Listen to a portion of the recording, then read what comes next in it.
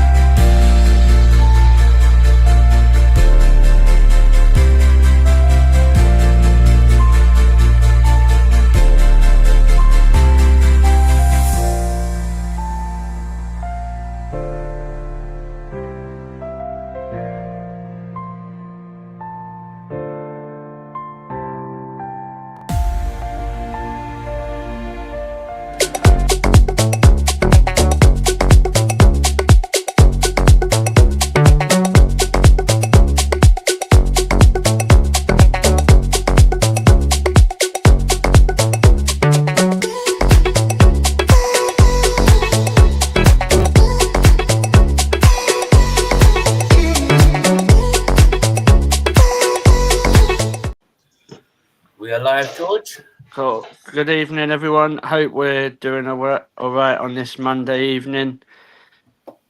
So we're gonna talk about Saturday's action, unfortunately, just because we're your therapy session.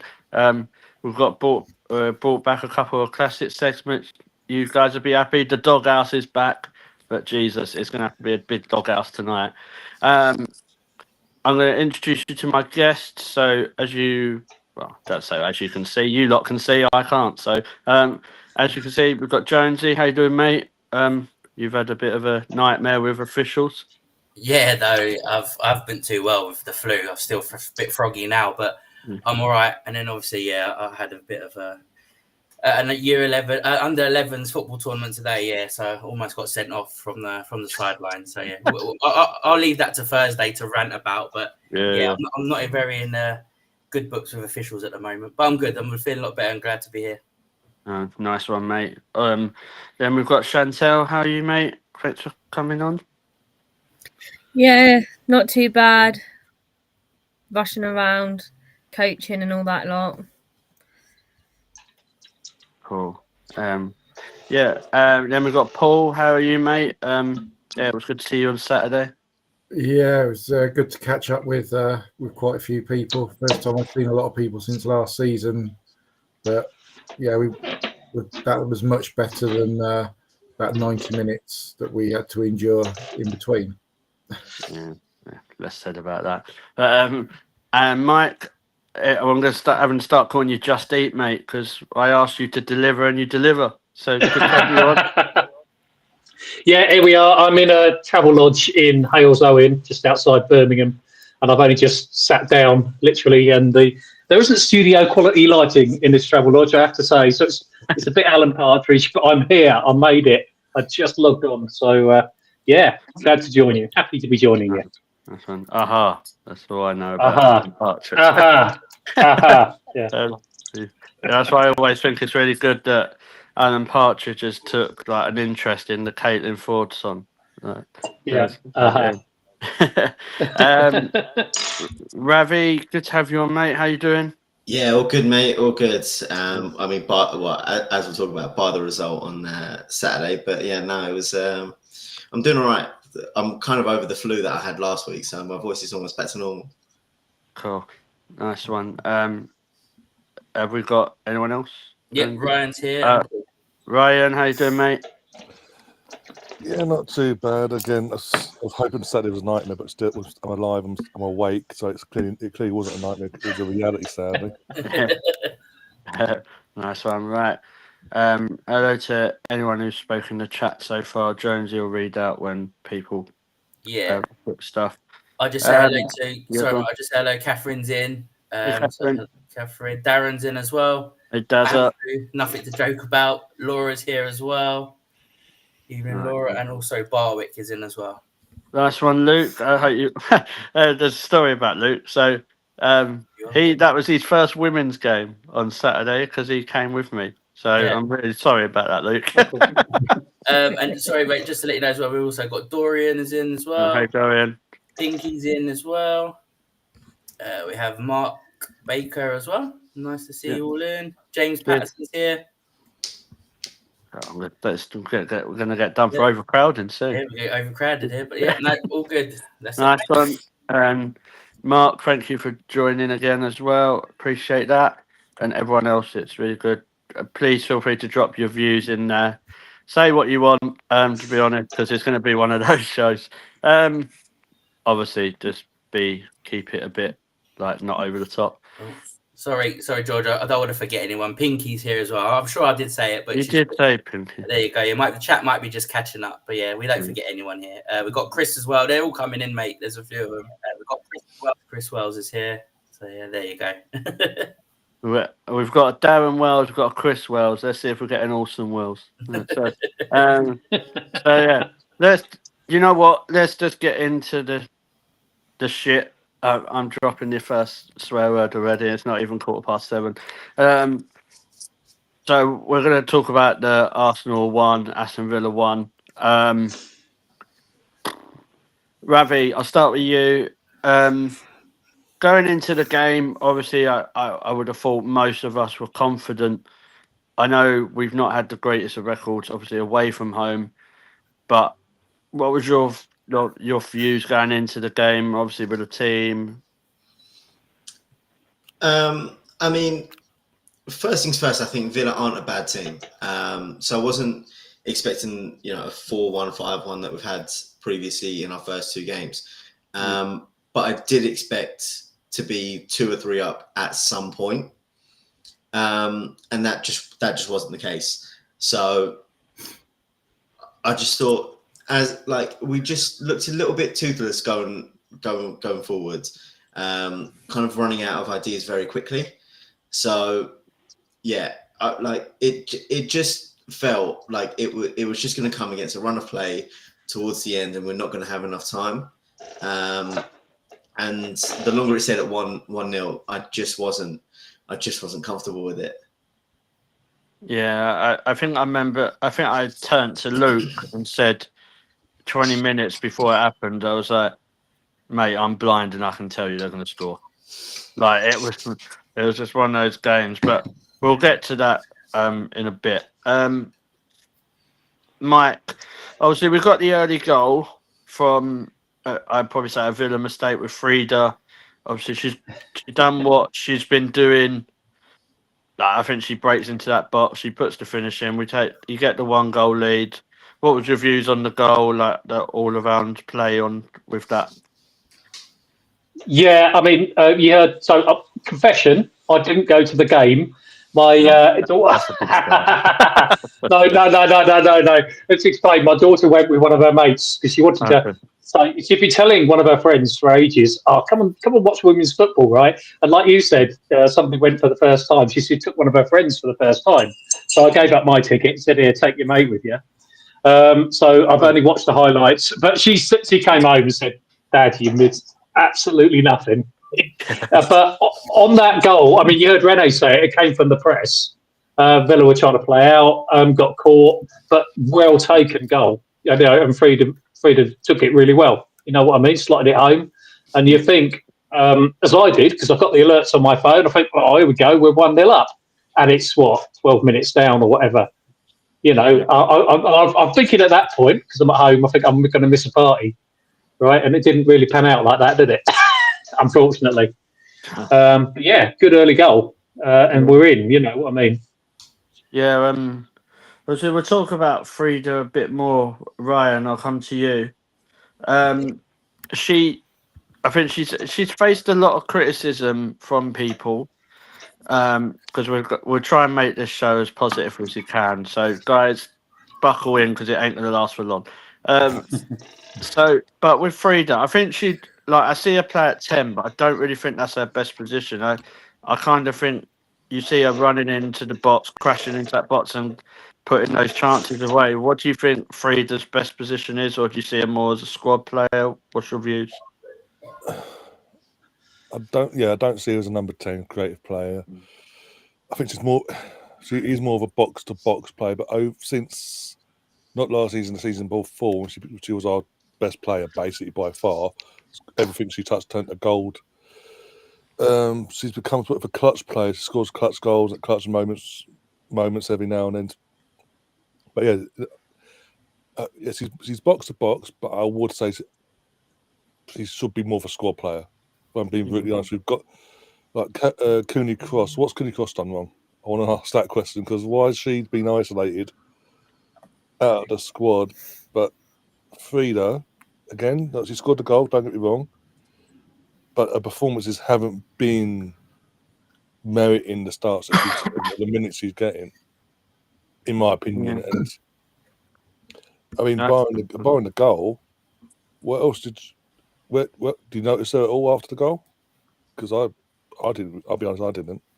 I didn't notice many of them, to be honest. But yeah, no, I get that. I do get that. I think I've always said that I think if you had a formation where you could play someone just behind Russo, I think Frida could kind of be Frida's perfect position because like we should. I don't think she really has that defensive responsibility, and like you say, I don't see her as that creative link.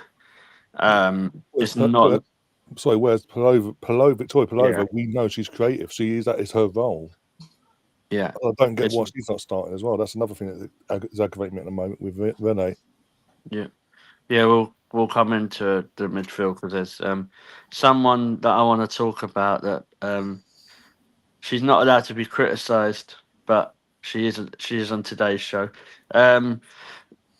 Paul, obviously we got the 1-goal lead, like Mike said. You was probably thinking I assume we was all thinking, oh, that's it, nice early start. We can get another goal, finish the game off. No, that didn't happen, did it? No, that's it. It was, we got that lead. We should have then built on that, and we've got the players to do so. But there was just something lacking there the whole game. It just lacked energy and commitment, I think, was there. And just echoing what's been said, what's happened to Kyra?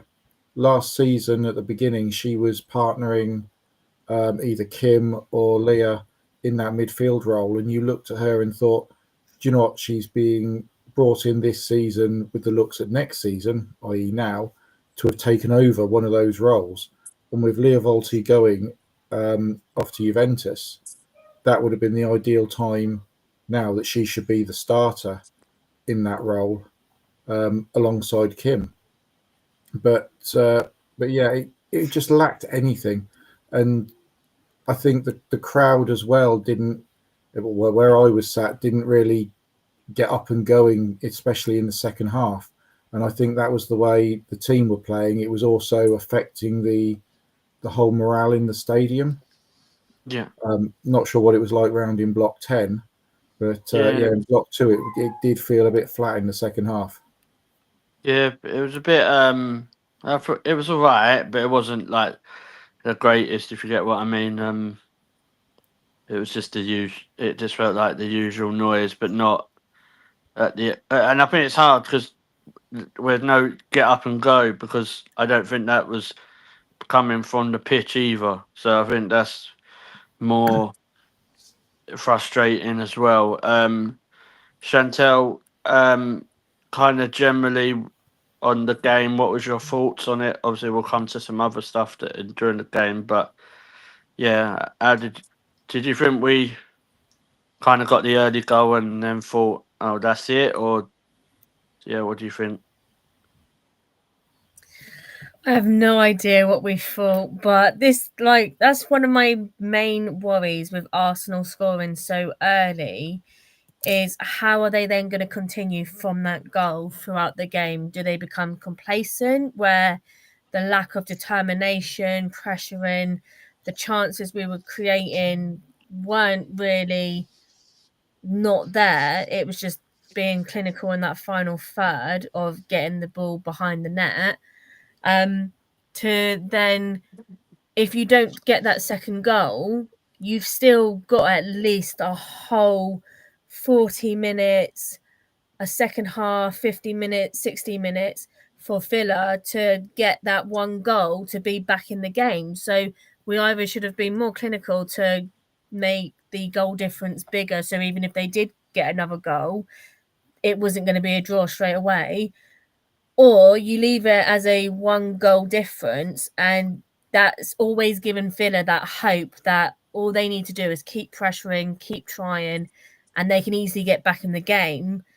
And that's what we let them do. Yeah. Jonesy, do you have any comments? Just pretty much people agreeing with everything you guys are saying. Complacency, Catherine saying, is a big thing. Also, she made a good point here. We could have done with a fit Williamson. We seem to be missing her long balls. It's like we tried to do it with someone else, but it's just not working. Yeah. It's literally, people are just saying, and Luke was saying that Villa deserved the point in the end. I'm just saying things ain't, what Ryan pretty much said. You just don't know what's happening at the moment. That team should be clicking, shouldn't it? And it's just not. It's just not working at the moment. Be it complacency or what it is, I don't know myself. I think some of us know him. John Williamson, absolute legend around Arsenal, goes to all the games. Absolutely hit the nail on the head for me on Twitter, X, whatever we're calling it these days. He said they're playing like celebrities, but they need to remember how they actually got there. It's just not clicking. So we'll go into a couple of the aspects that we'll start with the Leah Williamson stuff. Ravi, I'll come to you. Obviously, I'm not going to sit here and say anything negative about Katie Reid because I think she's done absolutely amazing recently. Yeah. But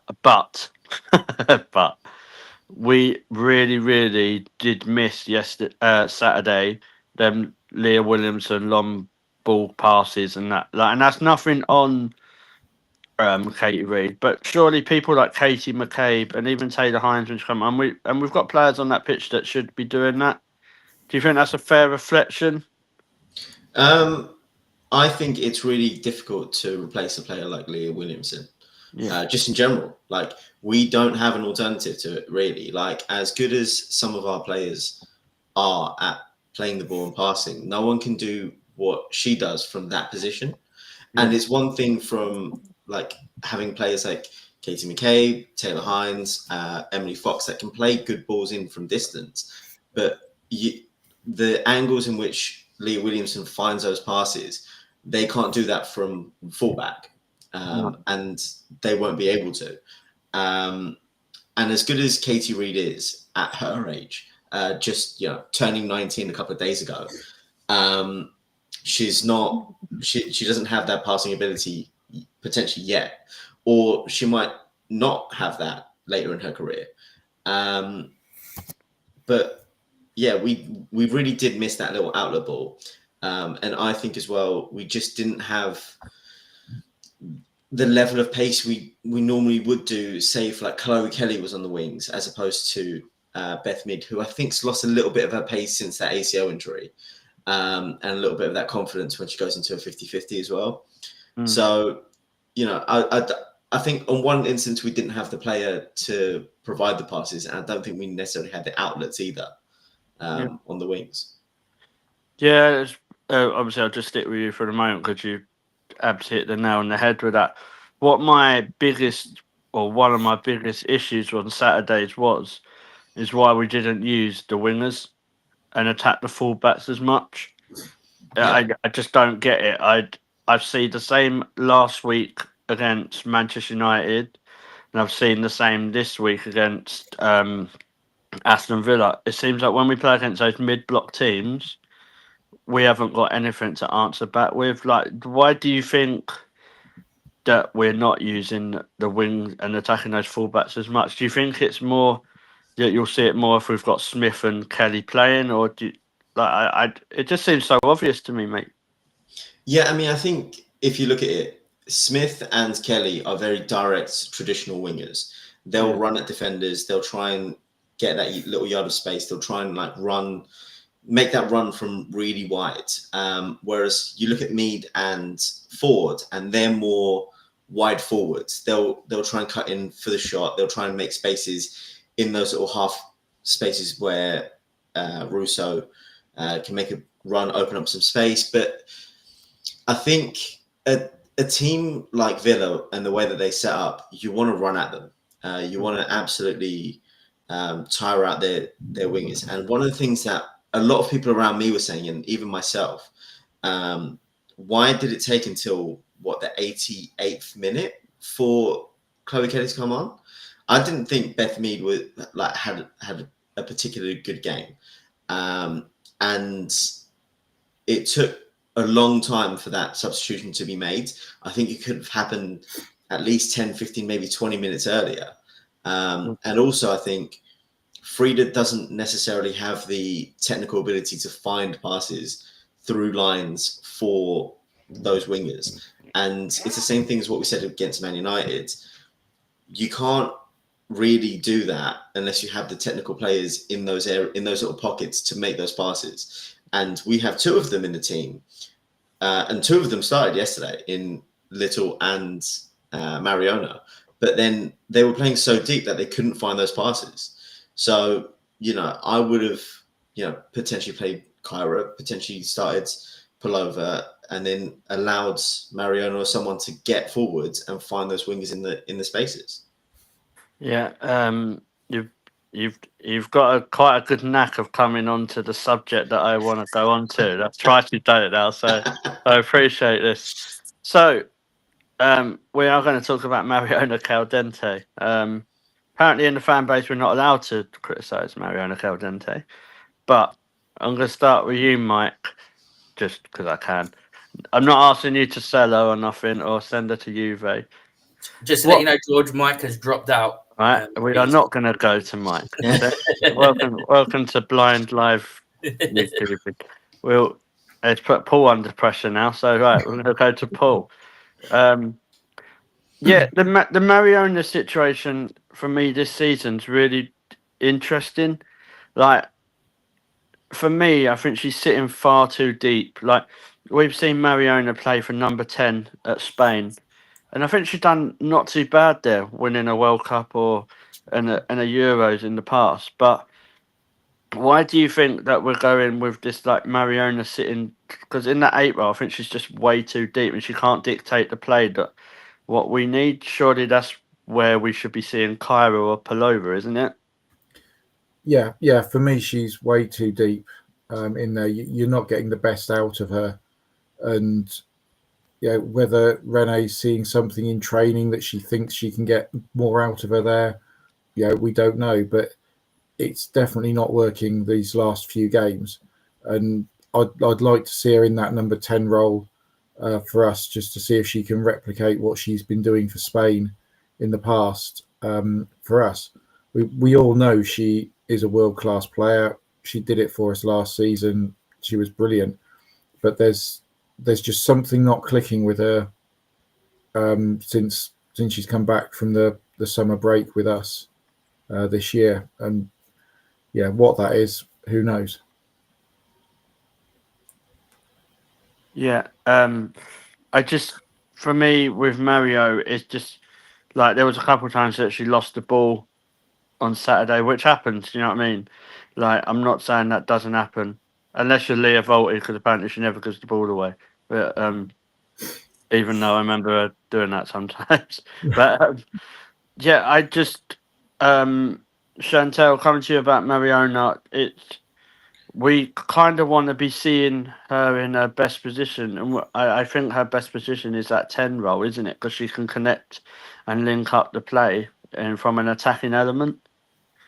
Yeah, no, for sure. I mean, we've definitely seen what she can do when she's higher up, and there was points in the Villa game where she was on the edge of the box or picking up the ball from forward and driving towards players, and that's what she does best. And I just don't know why we're not using her in a capacity where she can be the best, because when she's at her best, in the best position, she creates great chances for us, or she'll deliver a ball to someone who will then score. It's just weird because something's not clicking in midfield, and Renee says it's for Kyra or Vicky to take the shirt if they want it and that lot. but you're not giving these girls a chance to show it. And I think Caldente could have easily come off or not even started against Villa with the way she played in the United game. So whether it's because she's kind of getting a bit burned out where she's been playing every match and she obviously played a lot for Spain and everything, to then come back and just go straight back at it, is she just not on her form at the moment? But yeah, I mean, I think these last 2 games have been the sloppiest I've seen Caldente play. Yeah, I think it's that midfield. It reminds me of when the men play Mikel Merino at number 10. It just doesn't work with Mariona being in that deep line 8 role, because I think, like Catherine said, you're playing that double pivot, but you're using Mariona as the defensive part of that when it should be she should be the attacking part of it. And I think like Palova, if you played Kim or Kyra with Palova and Mariona, I think that's when you would start to see it click. Would you agree with that, Ryan, or have you got different views than that? No, I totally agree with that. And we talked about Kyra there. I think it's rather telling.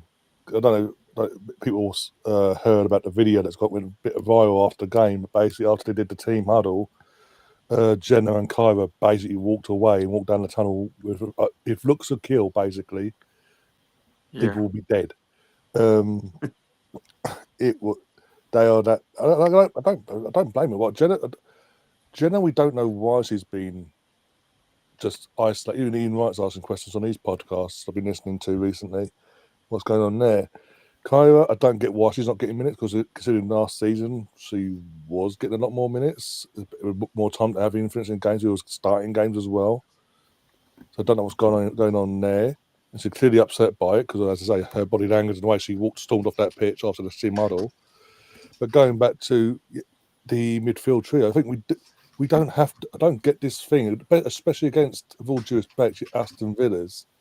Even Man United last week, I know we were away, and they're meant to be a rival to us in terms of trying to challenge Chelsea, and get their top 3 spots for Champions League for the season. But we don't have to. Why is it? What is it? This need? We had it really on us. We've seen it every now and then with Renee at the moment.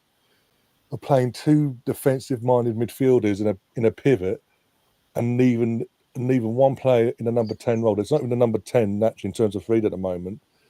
Why can't we do what you just said in terms of have that one DM, that one defensive minded, that anchor at the back, and leave the other 2 and put a Palova and Mariona ahead, and let them do the link up between the wings and the attack, and have that freedom and free up some space in the midfield for the attack to actually flow that bit quicker, that bit more freer, and have more chances and ultimately score more goals.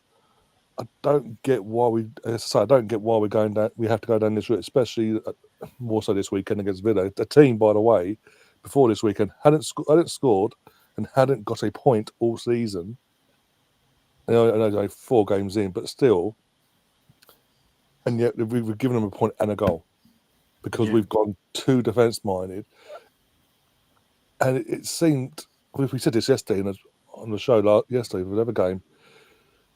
It's after 18 minutes of the second half, it just seemed the girls were saying, well, it ain't worked, so it hasn't worked, so let's just get out with a 1-0. And that's just so, again, the home or away, that's so no matter who you play, it's so dangerous to do, and it backfired. Yeah. Just want to say evening to Margaret as well. Good to have you here. It's not like Arsenal to play with a handbrake on now, is it? Come on, guys. We have not seen that before. Do we have Mike back? We don't know, mate. Sorry. No worries. Ravi, He doesn't want to pay for his Wi-Fi anymore. He got 30 minutes for free. Yeah, that's all we got. Yeah. Ravi, coming to you. Obviously, just echoing like what Ryan said. Obviously,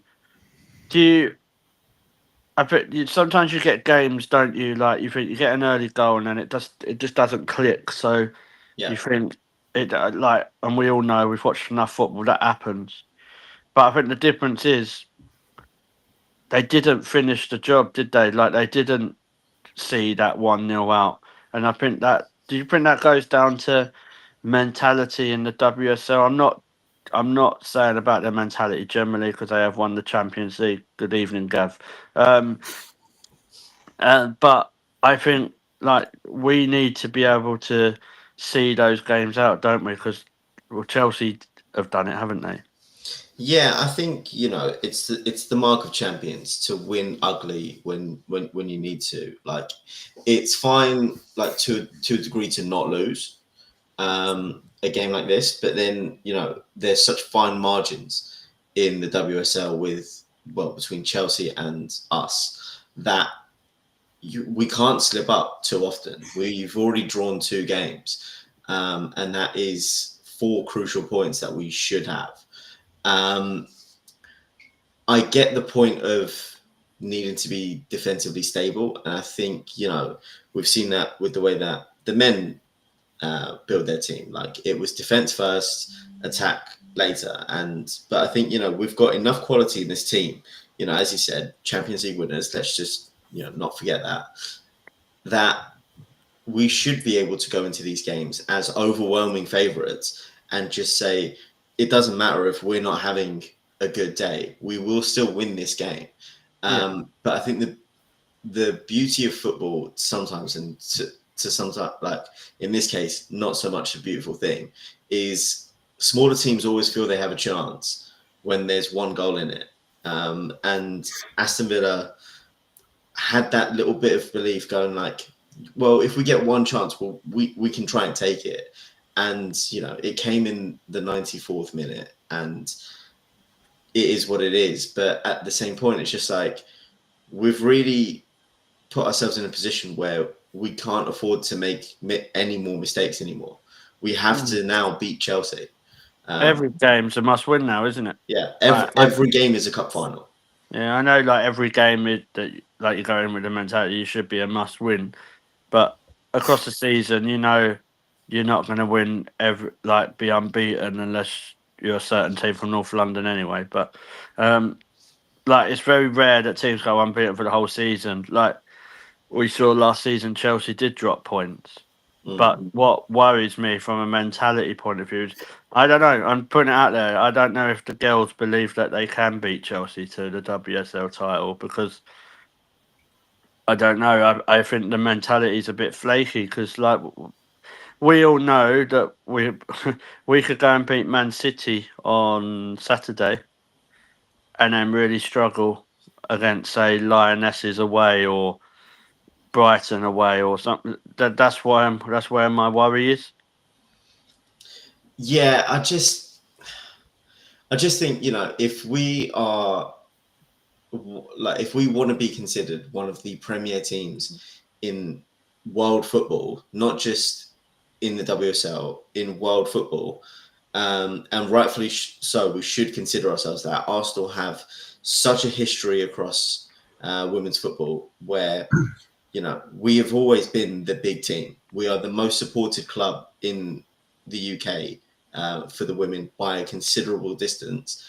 We should be turning around to people and saying, no, we need to win that trophy. That's our trophy that we used to win year in, year out. And we need to get back to that. It's whether it's a mentality thing or a complacency thing, I don't know. I hope it's not. I hope it's neither of those things. I just hope that, this is almost a wake-up call in a sense of just like, we can turn around and say, do you know what? This is who we are. And it's time to show it now. Yeah. No, I agree. And I think like Dorian said as well, Paul, is that sometimes you've got to have that little bit of luck as well, haven't you, on your side? Like Chelsea against Leicester. Leicester hit the bar or the post, but it didn't go in. So Chelsea have got that bit of luck on their side. But we have to be seeing games out like that. If you're going to go down the road of thinking, oh, do you know what? We're just going to take the 1 goal lead and stick to that. But it's like I don't think they knew what they wanted to do. Yeah, I mean, if that had been 0-0 and we picked up a goal in like the 85th, 86th minute, then yes, just see out a 1-0 win. But yeah, we've seen it with Chelsea. They can sit out. They could score in the first 10 seconds and then go on to win 1-0. Because that they just have that mentality. They're there. They can defend. They seem to always have luck on their side, and it is really frustrating that on Saturday that we didn't just go and finish that game off. Because in that first half, they were there for the taking. Second half they did come back at us, and you could see that goal was coming. But I went down to Exeter on Sunday, for a Women's National League Cup game, and Exeter, who play in the 3rd tier, were playing Abingdon United of the 4th tier. Yeah, it was 5-0, and it was into stoppage time, and Abingdon was still there with goal line clearances to stop it being 6. Yeah, And you just look at their mentality compared to the Arsenal team on Saturday, and you think, where was that at the Emirates? Where was that, that passion to not lose 6-0 in the dying seconds? That's what we were missing, and it was not good, not good. I just think it was like they was kind of stuck in a rut, Ryan. It was like they thought, oh well, we've got the early goal 1-0. We'll try, if an opportunity arises, then we'll take the goal. But then, as long as the game went on, it was they started thinking, oh, hold on a minute, maybe we should just try and see this game out. But I don't know what you thought. Like we saw, like Chloe Kelly come on with 5 minutes to go. Like, what's the point of that? Again, I ended the watch along I did on Saturday for the game. My main critique was of Renee. The player have to take responsibility to the extent, but for me, Renee got it wrong completely. Not just in terms of her tactics and her game plan, but her timing for subs was absolutely all over the place. And even like I think someone, Ravi said earlier about Beth Mead. We were sitting here, me and Catherine, and I think it was Gary sitting here on Saturday saying, when Olivia Smith came off, we were expecting Beth to come off, and Olivia came off for, it was now Ford. We were expecting it to be Beth Mead, so we were sitting here absolutely shocked. And then literally, it's like when Chloe Clayton comes on eventually, what is the point? Yeah, it was 1-0 at the time. This is just before the equaliser, but it's not the point. Chloe Kelly, again, we talk about clutch players. She's a clutch player. She has thrived since coming back. She's fallen in love with football again. She loves the club. We love her and all that palaver. The fact that she's on the bench, she's clearly fit enough to play. If she wasn't fit enough to play more than 5 minutes, why is she on the bench? Ask that question as well. Yeah. But the time, again, go back to Renee, the timing of the subs. Why wasn't Chloe brought on, period, 20 minutes beforehand? We needed that impetus, that change in the momentum of the game, because the game, as we mentioned before, and you just mentioned there, it has sort of ebbed away, and the players that were on the pitch 20 minutes prior were like, well, we ain't getting this second goal, so let's just set out for the 1-0 and hope for the best.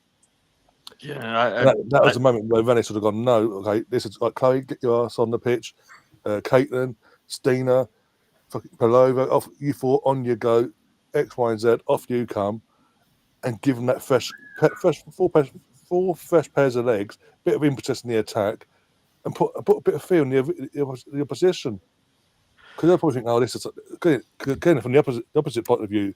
If you're a Villa player 1-0 and you're thinking, oh, they're letting off here a bit here, and then you look to your side and you're seeing Palova, Stina, Ford, and Kelly come on at the exact same time, that will deflate you. Yeah. I just think that's what with the Chloe Kelly situation. I'm not saying about not bringing her on. I just mean if you're bringing her on and with 5 minutes to go, that's what I'm saying. Surely the mentality then is just see the game out. Bring Lotta. I know they brought Lotta on, but Lotta, Kyra, and just defensively put that wall up to get that 1-0 win. It should have been 20. My point is that with Chloe, it should have been 20 minutes prior. And another critic of Rennie was, again, a golden rule in football: you never make a sub, a defensive sub, or a sub in general when defending a corner. So whose bright idea was it? Again, I love Lotta. We do not throw a defender on when you're defending a corner, because look what happens. 9 times out of 10 that happens. It's basics. It is basics that it's really hurt us in the last couple of weeks now. Yeah. So yeah, cheers for that, guys. What we'll do, we'll try and think of a bit more positivity. So we're going to look forward to the Man City game. So I'm going to pass over to Jonesy, and then he'll go through some stuff with you. Yeah, I'll try and bring the positivity. That's why I gave it to you. Bear with me, guys, as well. My throat. If I mute, I'll have to cough. So yeah, I'll start with you, Ravi, mate. The league table doesn't look pretty. I know the scumbags down the road, or bing dippers, what we call them, are above us. First and foremost, mate, I might as well get to the crux of it. City on the weekend, how do you see it going? What's your thoughts, your feelings surrounding the game at the moment? I think I'd like to think we'd be a lot better. Purely on the basis that this should be a wake-up call. And I think the team needs to come out swinging, and we need to really show that we're there. We should be taken seriously. We should be up there fighting for the championship, and beating Man City will go a long way to show, yeah, we are capable of this. In one sense, it is the perfect time to play Man City, because I do think we should be able to beat them. I think it's going to be a real test for Katie Reid against Miedema and Bunny Shaw. But given how she's defended in the first 4 games, she's been really good. And, I feel like this is a really good opportunity for us as a team to just show who we are. That spirit where we won the Champions League didn't go away after we lifted the trophy. It's still there, and it's the motivation for us to win the WSL again.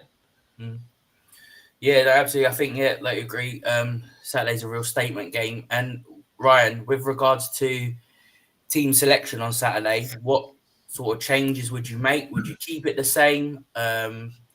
What would you do if you were picking the first team 11?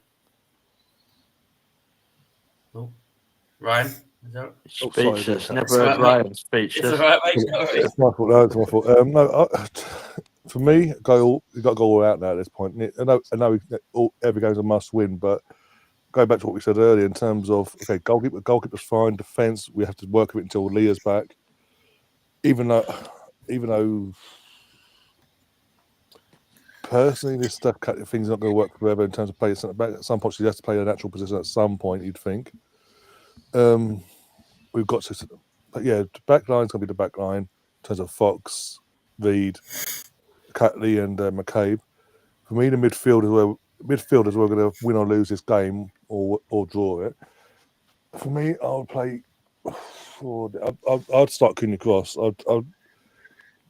I would bench Kim Little. This is going to probably piss off a lot of people, but I would bench her just because she's a senior player. She's our captain. I know this, but she's a senior player. This is probably her last season. We say this every year. But she somehow survives another year. She keeps on going. Keeps on fucking Jewish or bunny sometimes. But we need to rest her. We can't just keep playing her into the ground because you're risking her pulling her hamstring or worse, basically, with ACLs these days. So I'd rather, I know it's a big game, but I'd rather vest her on the bench, have her as a worst case backup to come on and save the day if you need it. I would put Cunha Cross in that midfield, and then just ahead of her, I would then go Vic Pilova and Caldente just ahead as an attacking pivot, and then on wings, Olivia Smith on one side, Chloe Kelly the other, Russo down the middle. Just go take the game to City, because if you don't, they will, and they will. They've got the attacking talent. We know one of them will have even more of a reason to show up on Sunday. So we need to be showing up ourselves. Obviously, we just about did it last season in this fixture, but it's more than ever. It's make or break already this season, especially if Chelsea win on Friday night against United. Yeah. I mean, and George, I'll come to you next question because Darren's obviously put it in there. These games are made for Stina, mate. Away you go. Yeah. I agree partly, but my issue is I don't think Russo and Steiner work. So unless you're planning to drop Leslie Russo and play Steiner as your number 9, that's the only way I think it works. I don't think Russo playing in the 10 role when Steiner's plan works. We've seen that against Man United. It didn't. But we could do what happened before, play Russo down the middle, then you bring Steiner on to get at the City defence. I think we have to remember, though, also, is that Alex Greenwood is back in that City defence and she makes a massive, massive difference. But yeah, I do have to kind of disagree with Ryan. I think about Kim Little. I think she needs to be playing because we ain't got anyone else. And that's the sad fact. I've been saying it for about 12, 18 months that we've needed a number 6. We didn't. I don't think we've replaced Leah Volti because unfortunately with her injury problems. I think if you're going to play Kyra or Vicky Pelova, that's got to be in that 8 role, unfortunately. And I understand with like what people are saying about rotating, but Kim at the minute's playing like she's in her 20s, mate. Do you know what I mean? So, but I would, for me, Mariona is the number 10 at Arsenal Football Club, and that's where she should be in the attacking position. And it'd be a shootout between Kyra and Pelova for me. Obviously, I agree with the wingers, but I do agree with Ravi. I think like Saturday would have really, really pissed Renee off, and I think you see that after the game. Yeah, there might be stuff that she's critical for, but at the end of the day, like we always say about another team, it's the players that are responsible as well. As soon as they go on that pitch, we've got enough experience, Jonesy, mate, to should be beating Aston Villa at home. I think that's something that's not been spoke about enough. You've got people like Katie McCabe, Steph Catley, Mariona Caldente, Beth Mead, just to name 3 of them more. Like, you know what I mean? They're WSL wise, they're very, very experienced. Apart from Mariona, they should have done a lot better of a job than they do. And I like what Darren says. The players do have a bad day, but they've had 2 bad days back to back weekends. If we're being honest, so I think that's another problem they need to try and address is that mid block. So, and at the end of the day, as blunt and brutal as it is, you're not going to win a WSL if you put performances in like that. Yeah, no, agree, mate. And Paul, I'll go to you next. Just saying that obviously Laura's put in there as well. I was going to mention it. Lauren Hemp, they haven't got her this weekend. She's unavailable. That's a big blow for City.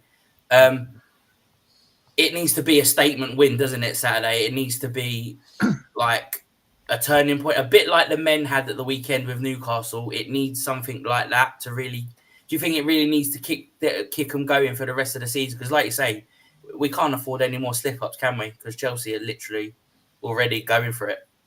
Yeah, I mean, we're coming into a big stage for us now. Obviously the Champions League is back as well, so we need to get those last 2 performances, put it behind us, and go out there. We could do with another sort of a 4-5-0. Like I say, haven't got Lauren Hemp, so that's a bonus for us. But they do still have some good quality players in that team. But yeah, we've just got to go out there. We've got to, get on with it. I'm sure there's words that will have been had in that dressing room and on the training pitch over the last few days. And yeah, just get on with the job now. Not even look at what Chelsea are doing. Let's forget what they're doing. They can get on with it. Let's concentrate on our team, our results. And if we keep doing that, that's the only way we're going to progress up the league. Yeah, I agree with that. Absolutely. And Chantel, just to round off what everyone's saying, is there any sort of changes you would make? And also, I just want to touch on the transfer window. I know it's closed. There's nothing we could do about it. But do you feel, obviously, with Leah going, that was the kind of like, it left us really short, bringing in another number 6. I know his hindsight's a wonderful thing. Is there anything you could, like, if you could go back right now and it was like a day before the transfer window shut, what would you do? What would you bring in? Yeah, well, I mean, hindsight is a beautiful thing, isn't it? Is, yeah. Yeah, for sure. I mean, like, obviously, we got Smith, we got Hines, and we kept Kelly. So defensively, you've got a player there, and attack, you've got 2 players there. But like, we had Palova coming back, and the likes of Kyra Cooney Cross.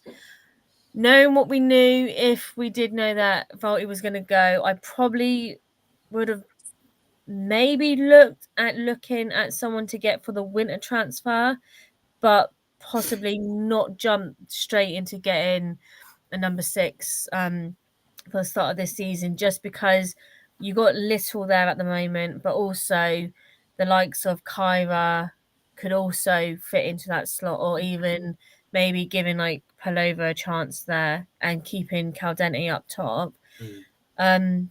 But I mean, this is going back, I think, 2 seasons ago now, and obviously we've not really seen much of her, but Laia Cadena stepped up to play in the CDM role against Maya Ramirez in the Conti final that we beat. Well, it was the last Conti Cup final before it's become the Subway Cup, and she shut Myra down. So there are players that can step up in that defensive position if they're coming from a defensive background, the likes of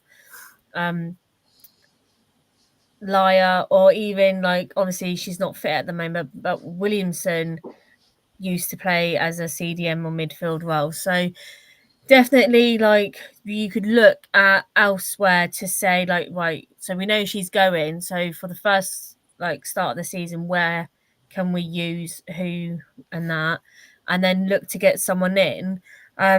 But for City, like, I think Marnham needs to go on the bench. Definitely, like, we need to start little, have experience, the maturity, and she seems to be the only one that's put in an actual shift in compared to the others. Like, she was on the floor, but still managed to keep hold of the ball and didn't lose it, and then pass it to our own player. I think DVD needs a bit of a confidence boost. She seems a bit hesitant ever since the West Ham game from that mistake. There was a couple of balls where she didn't move for it. I don't know if she's spending too much time with Sinsberger, but I like her to gain more of her confidence back. And like, we know what the likes of Bunny Shaw and Viv Miedemar can do. I think our best way to attack is down the right side where Gracie plays, because that seems to be their weak link at the moment for City. And I think we need to go hard with loads of goals, because otherwise it's going to come to the end of the season where, oh, great, we're all tied on points or something, but the goal difference is what matters at the end of the day. Yeah, no, absolutely. And just want to, this is a question for anybody, really.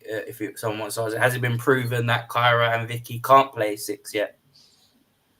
No. Yeah. I don't know about Kyra. And Mark's gonna have a go at me because he thinks he watches from Australia, and I'm always saying negative about Kyra. I feel sorry for Kyra. I don't think she's been given enough opportunity, but when she has been given an opportunity, I'm a bit concerned with her defensive play. Cool. Anybody else? I mean, I think she can play there. I just don't think she's got the maturity to play there yet. I think it's a really complicated position to play. And I remember a discussion a few years ago where a lot of people said the issue is that there's not a lot of world-class number 6s in the world. I think you could almost name them on one hand, and they all played for a major team in the world. And at that point, Leah Volty was one of them. And probably out of those 5 players, one of the 2 or 3 best in the world. So regardless, it's big shoes to fill. And I think that's why we've gone with a double pivot kind of way of going about playing. But I think there is some retraining or something that could be done. I just don't think Renee feels that Kyra's ready for it yet. Yeah, it could be. Right, so just before we wrap up, guys, what we'll do, we'll run around and grab some predictions, obviously, for the game on Saturday. Chantel, I'll start with you. We'll go that way around. Do you know what? I can't seem to win with my predictions at the moment. Whenever I go for a clean sheet, we end up conceding, and whenever I don't go for a clean sheet, it ends up being something else. I'm gonna be hopeful and positive, and I'm gonna say that the draw between United and Villa is gonna give us a massive kick up the arse, and we're gonna go 3-1. And do you know, I put Russo to score first, and Marnham scores. I put Marnham to score first, and then someone else bloody scores. So, do you know what? I'll just go crazy, and I'll say that Caitlin Ford's going to score first for us. Cool. Ryan? I think they score, but yeah, I'm going to say 3-1 as well. I don't think we score more than 3. Yeah. 2-1's too close. Too much asking in terms of not one goal margins. Thank you very much. Either 2 goal. Send a signal of intent as a bounce back to the rest of the league, especially Chelsea. Again, no matter what happens to them on Friday, we need to go out there and send a message that the last 2 weeks has been a bit of a blip, and we just kick on. Use this end to kick on, and yeah, rejuvenate us. Domestic season anyway. Goal scorer wise. If Kelly starts, I think Kelly's going to be really motivated for this game if he starts. I'm going to go for Chloe Kelly for the first goal.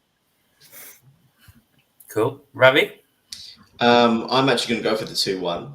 It's going to be a tense, nerve-wracking game like almost every game is, men's or women's. I reckon they'll score first, and it will probably go in behind at half-time.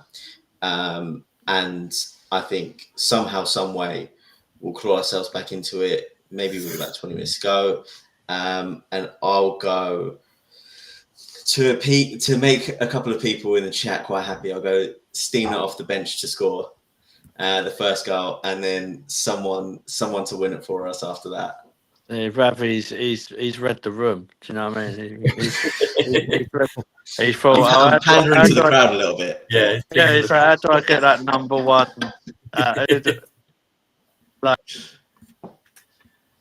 He thinks it's a vote for the best. Cool. Someone's got to be the fans' number 1 choice. Yeah.